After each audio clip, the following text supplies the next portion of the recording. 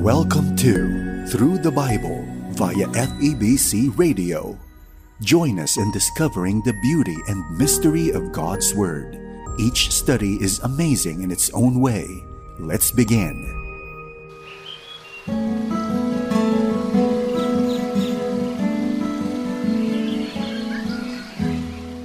Ang pagtanggap natin sa tao ay laging nakabatay sa kanyang panlabas na katayuan sa buhay. Kapag siya ay mahirap, hindi natin pakikinggan ang kanyang tinig sapagkat iniisip natin na mas matalino tayo sa kanya. Ganito ang nangyaring bagay sa buhay ni Jephthah.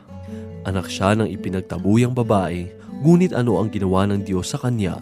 Iyan ang ating matutunghayan sa 10 kabanata ng Hukom, talatang 3 hanggang 11 kabanata, talatang 10. Dito lamang po sa ating programang, Ang Paglalakbay. Kumusta po kayo mga kaibigan at ating mga tagapakinig? Salamat sa Panginoon sa oras na ito at muli tayong magbubulay ng kanyang salita. Ako po muli ang inyong kaibigan, Pastor Dana Bangko. Samahan po ninyo ako at tayo ay magbulay ng salita ng Panginoon. Sa oras na ito ay pag-uukulan natin ng pansin ang pag-aaral sa buhay ni Jair at Jephthah. Pareho silang naging hukom sa bansang Israel. Ang kanilang kasaysayan ay naitala sa 10 at 11 kabanata.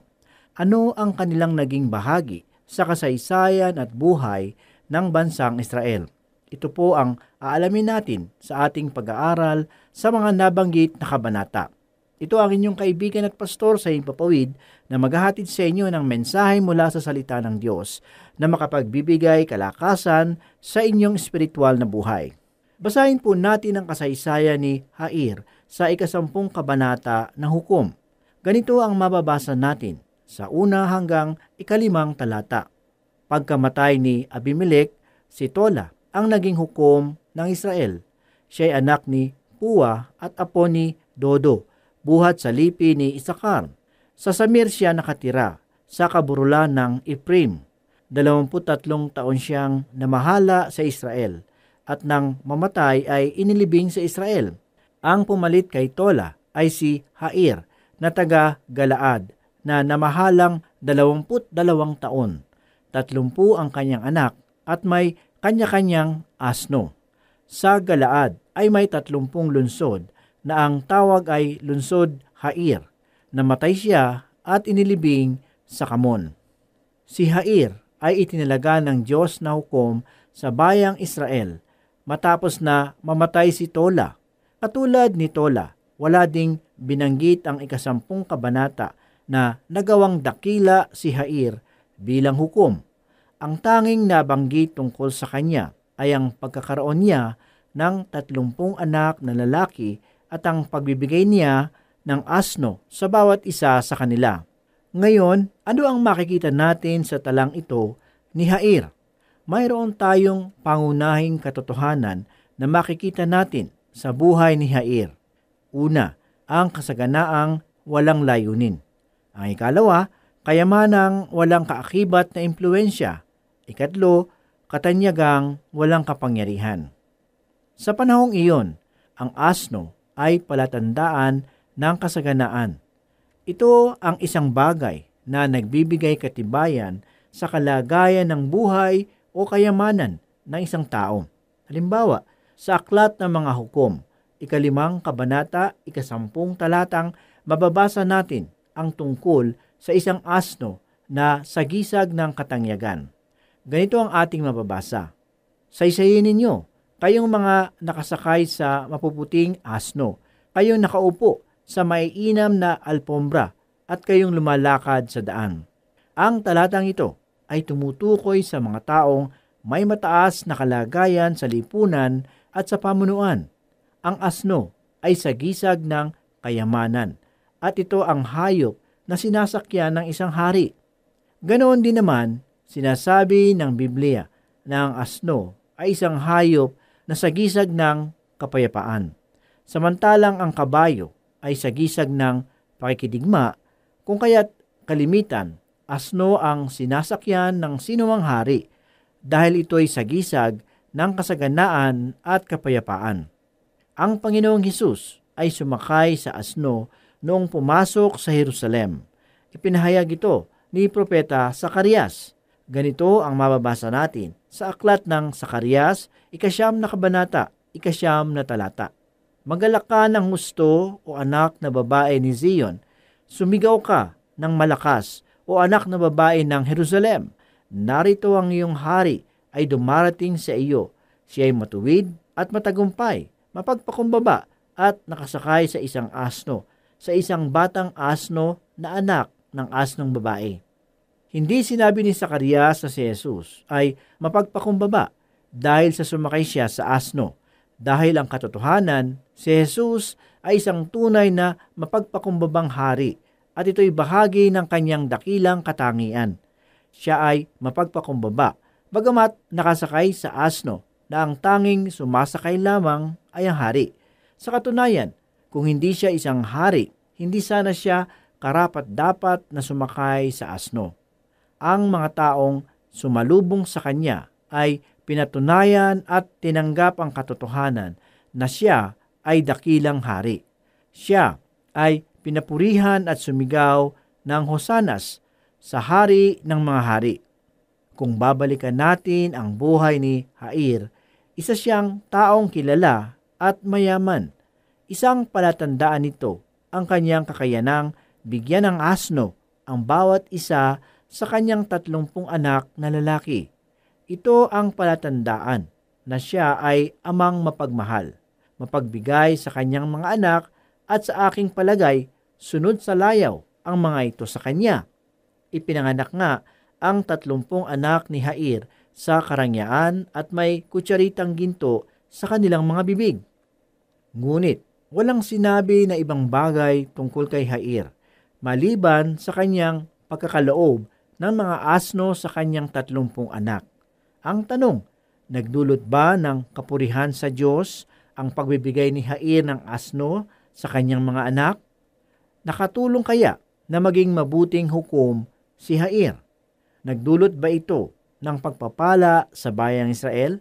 Nagkaroon ba ng mabuting bunga sa isa sa kanyang mga anak ang pagbibigay niya ng asno? Mayroon bang naglingkod sa Diyos sa kanyang mga anak? Bakit natin naitanong ang mga bagay na ito? Tandaan natin na si Jair ay itinalaga ng Diyos na maging hukom sa bayang Israel.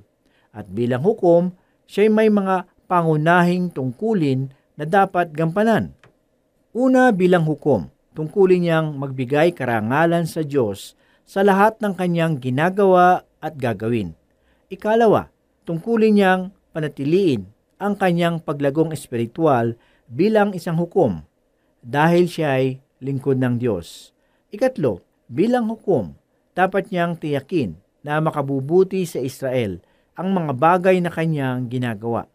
Ikaapat, bilang hukom, nais din ng Diyos na imulat ni Jair ang kanyang mga anak sa mga kautusan ng Diyos na magtuturo at gagabay sa kanila sa paglilingkod. Malinaw na ipinakikita nito na ang buhay ni Jair bilang hukom ay puno ng pagpapala at kasaganaan. Subalit walang tiyak na layunin ang tinutungo ng kanyang buhay. Mga kaibigan, ang ganitong takbo ng buhay ay tunay na mapanganib dahil ang ganitong buhay ay minsan nang nangyari sa panahon ni Noah, kung saan walang ibang ginagawa ang mga tao kundi maglasing, kumain at magpakasaya. Ganito rin ang naging larawan ng buhay ni Solomon. Mga kaibigan, ang katotohanan ito ay hindi lamang bahagi ng nakalipas na kasaysayan. Ito ay isang malaking katanungan sa atin. Ano ang ating tunay na layunin sa buhay? Nakikita mo ba ang iyong buhay na tila walang pinatutunguhan at walang kabuluhan? Ang kailangan ngayon sa ating buhay ay isang tiyak na layunin. Kailangan nating malaman ang dahilan kung bakit tayo nabubuhay. Ang dahilan kung bakit tayo nabubuhay ay dahil kay Kristo. Siya lamang ang nag-iisang layunin sa buhay na dapat nating taglayin. Tandaan natin ang sinasabi ng Biblia sa Aklat ng Mga Gawa, 17 kabanata, 28 talata, sapagkat sa Kanya tayo nabubuhay at kumikilos, at nasa Kanya ang ating pagkatao, tulad ng sinabi ng ilan sa inyong mga makata, sapagkat tayo rin ay kanyang mga supling. Matapos na maging hukom si Jair sa loob ng 30 taon, muling bumalik ang bansang Israel sa pagsamba at paglilingkod sa mga Diyos-Diyusan. Kaya sa galit ng Panginoon, sila ay ipinasakop sa mga Pilisteo. Ganito ang mababasa natin sa 6 hanggang 18 talata. Ginawa uli ng mga anak ni Israel ang kasamaan sa paningin ng Panginoon at naglingkod sa mga Baal, kay Astare, sa mga Diyos ng Syria, Sidon, Moab, ng mga Amonita, at sa mga Diyos ng mga Filisteo, at pinabayaan nila ang Panginoon at hindi naglingkod sa Kanya.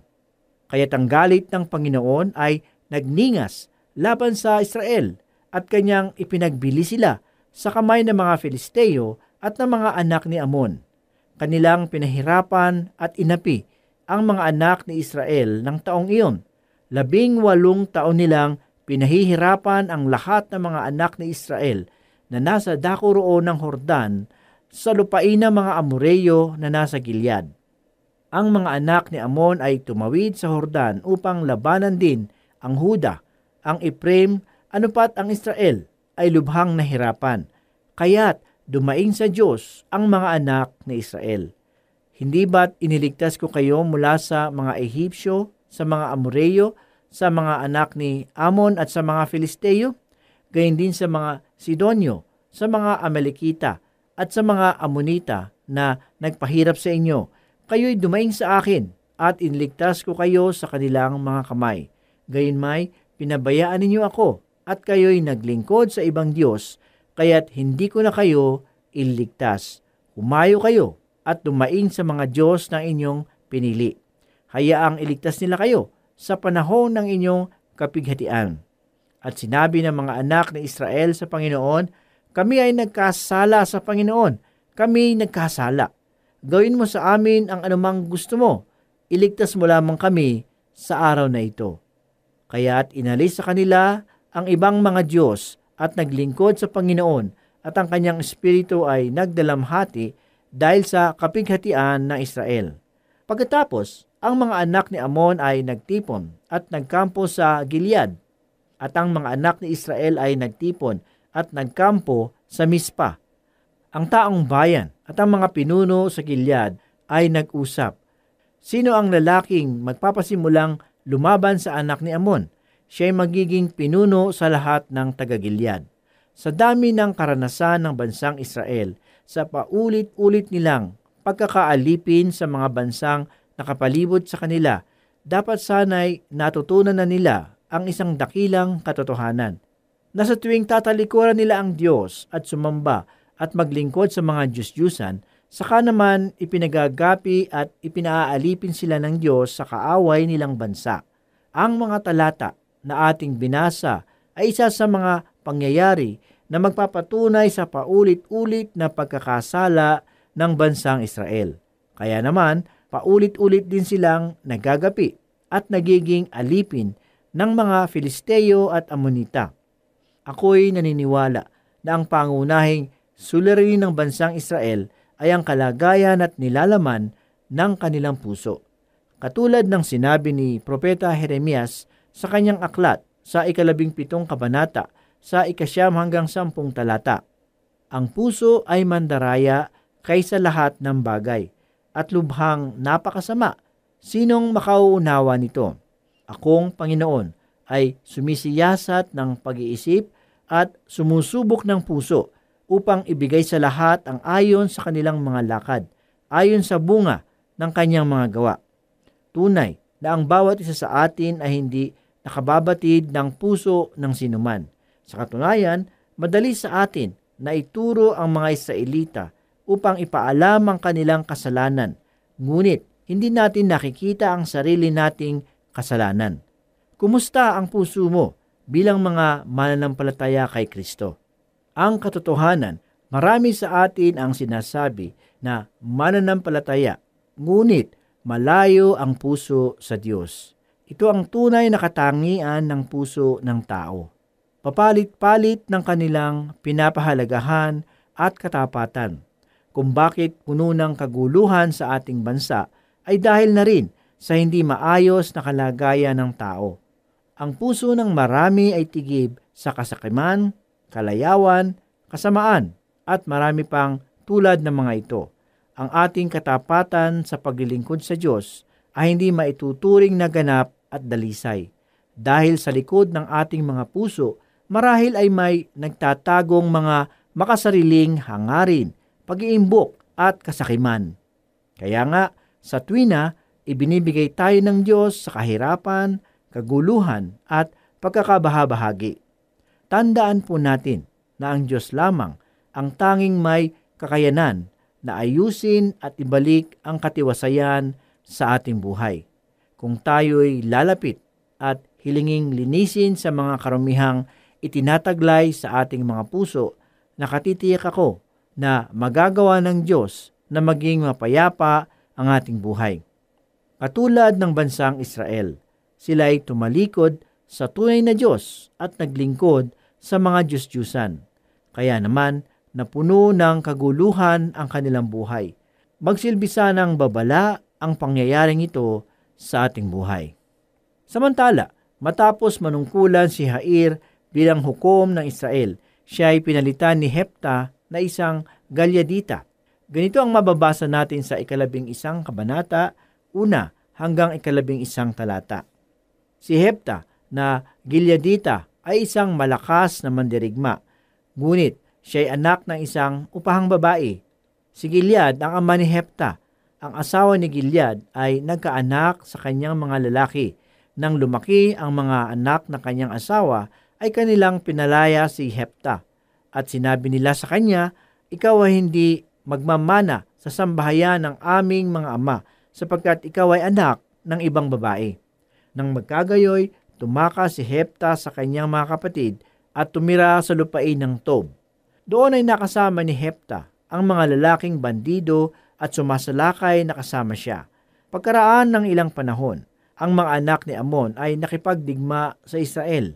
Nang lumaban ang mga anak ni Amon sa Israel, ang mga matatanda sa Gilead ay naparoon upang sunduin si Jefta mula sa lupain ng Tob. At kanilang sinabi kay Jefta, halika't ikaw ang maging pinuno namin upang kami ay makalaban sa mga anak ni Amon. Subalit sinabi ni Jefta sa matatanda ng Gilead, di ba kayo'y napupuot sa akin at pinalayasin niyo ako sa bahay ng aking ama?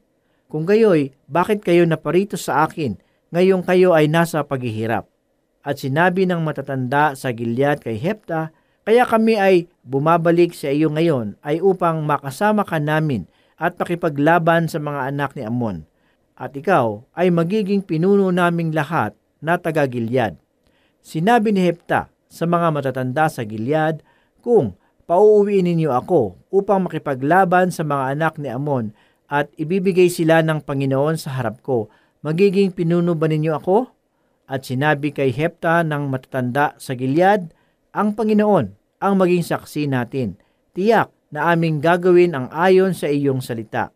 Ayon sa mga talata na ating binasa tungkol kay Jefta, nagpapatunay na siya ay mahusay na pinuno. Ngunit hindi mabuting pamilya ang kanyang pinagmulan sapagkat siya ay anak ng isang babaeng marumi ang buhay. Katulad ng sinabi sa aklat ng Kawikaan, 2 kabanata, talata 16. Sama-samang babae ikaw ay maligtas mula sa mapakiapid at sa mga salita niyang binibigkas. Ganito ang kalagayan ng ina ni Jefta. Siya ay mapakiapid. At ang naging bunga ng kanyang pakikiapid ay si Jefta. Sa panahon nila at maging sa ngayon, ang maging isang katulad ni Jefta ay isang kehiyan. Bagamat napagtagumpayanan ito ng iba, subalit ang katotohanan, marami pa rin ang mga nasa ganitong kalagayan ang mahirap nilang tanggapin ang ganitong kalagayan. Ang ganitong pangyayari ay hindi lamang natin makikita sa mga pangkaraniwang tao. Ito ay nagaganap din sa mga taong kilala at mataas ang kalagayan sa lipunan, sa mga anak ng hari, sa mga pinuno ng pamahalaan, sa mga pinuno ng relihiyon at marami pang iba. Nang lisanin ni Jefta ang Gilead dahil sa pinaalis siya ng kanyang mga kapatid, siya ay nakasama ng mga bandido. bago tawagin at italaga ng Diyos si Hephta bilang hukom ng Israel, siya ay nakilala sa 3 kaganapan sa kanyang buhay. Una, siya ay nakilala bilang anak sa labas ng kanyang ina na isang maruming babae. Ikalawa, siya ay pinalayas ng kanyang mga kapatid. At ikatlo, siya ay naging pinuno ng mga masasamang loob. Kung pagbabatayan ang mga katangian at naging kalagayan ni Hephta, masasabi natin na hindi siya karapat-dapat na maging hukom. Subalit ang katotohanan, tumatawag at gumagamit ang Diyos ng mga taong katulad ni Hephta, isang tao na itinakwil ng pamilya, isang taong hindi tanggap ng lipunan. Tunay na kumikilos ang Diyos sa isang misteryosong kaparaanan. Kailangan lamang ang ganap na pagpapasakop at kapakumbabaan, sapagkat kayang linisin at baguhin ng Panginoon ang sinuman na kanyang gagamitin sa paglilingkod. Si Jose, si Moises, si David, maging ang ating Panginoong Hesus ay naging mapagpakumbaba. Ito'y malinaw na ipinahayag sa aklat ng 1 Pedro, 2 kabanata, sa 6 hanggang 8 talata, sapagkat ito ang isinasaad sa kasulatan. Tingnan ninyo, aking inilalagay sa Zion ang isang batong panulok na pinili at mahalaga, at sinumang sumampalataya sa kanya ay hindi mapapahiya. Kaya't sa inyo na mananampalataya, siya'y mahalaga. Subalit sa mga hindi nananampalataya, ang batong itinakwil ng mga tagapagtayo ng bahay ay siyang naging puno ng panulok, at isang batong nagpatisod sa kanila at malaking bato na nagpabagsak sa kanila. Sila'y natitisod dahil sa pagsuway sa salita, na dito naman sila itinilaga. Kaibigan, hindi ka man tanggap ng lipunan dahil sa iyong kalagayan sa buhay, nakatitiyak ako na kung ikaw ay tumanggap kay Kristo at nanalig sa Kanya, ikaw ay tinanggap ng Diyos bilang Kanyang tunay na anak. Ikaw ay may karapatan sa kaharian ng Diyos. Kung anuman ang iyong mga talento o kalagayan, gagamitin ka ng Diyos. Kung sino ka man at ano ang mayroon sa iyo, ihandog mo sa Panginoon at maglingkod ng buong katapatan. Sa 1 Pedro 4, 10 hanggang 11 ay ganito ang sinasabi, bilang mabubuting katiwala ng iba't ibang kaloob ng Diyos, gamitin ninyo sa kapakinabangan ang lahat ang katangiang tinanggap ng bawat isa. Ikaw ba ay tagapangaral? Ipangaral mo ang salita ng Diyos. Ikaw ba ay tagapaglingkod? Gamitin mo sa paglilingkod ang lakas ng kaloob ng Diyos sa iyo upang siya ay papurihan sa lahat ng bagay sa pamamagitan ni Jesucristo. Sa Kanya ang kapangyarihan at karangalan magpakailanman. Purihin ang salita ng Panginoon. Tayo po ngayon ay manalangin.